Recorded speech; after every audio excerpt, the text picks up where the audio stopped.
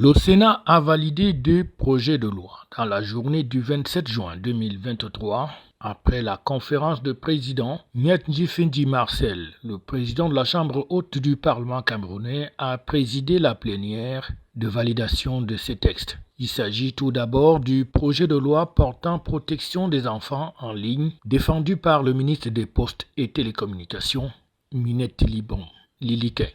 Avec cette loi, il y aura aussi des sanctions infligées aux producteurs de contenu, aux acteurs qui offrent la connexion Internet. C'est dire que les activités de télécommunications sont régulées. Chaque opérateur a un cahier de charges. Et dans ce cahier de charges, il y a un régulateur qui suit comment est-ce que l'opérateur met en application les engagements pris. Alors, quand vous ne respectez plus, après des mises en demeure, vous êtes sanctionné. Donc l'ART, ce n'est pas la première fois que les opérateurs téléphoniques mobiles sont frappés d'amende. Mais c'est vrai que c'était dans un contexte particulier où on recherchait la meilleure qualité de service. Vous conviendrez avec moi que ce n'est pas l'amende qui va améliorer la qualité de service, mais c'est le préjudice subi. C'est quand l'opérateur va payer 6 milliards, il fera attention pour qu'on ne le reprenne pas la prochaine fois. Ceci est arrivé après que des sénateurs aient posé de nombreuses questions aux membres du gouvernement sur ce projet de loi pour en savoir un peu plus sur les méandres. Après, ce membre du gouvernement, c'était au tour d'Alamine Ousmane Mey, le ministre de l'économie, de la planification et de l'aménagement du territoire, de défendre à son tour un autre important projet de loi portant sur les partenariats publics-privés.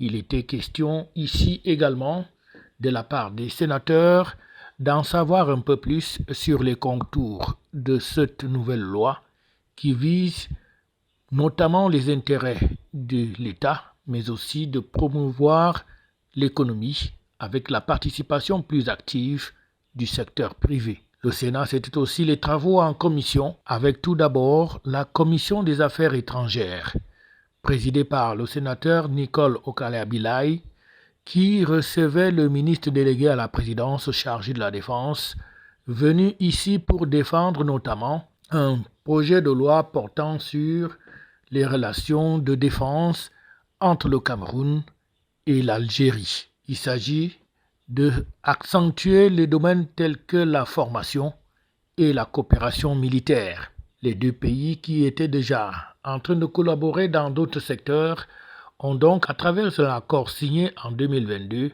approfondir encore le domaine de la défense et de la sécurité. Autre commission qui était en branle le 27 juin, il s'agit de la commission production et échange du Sénat, qui, au bout de la nuit, recevait le ministre des Transports sur un projet de loi qui porte notamment sur le secteur ferroviaire au Cameroun. Il est question aussi d'asseoir mieux cette branche de notre économie nationale afin de la rendre encore beaucoup plus performante. FH News, votre télévision.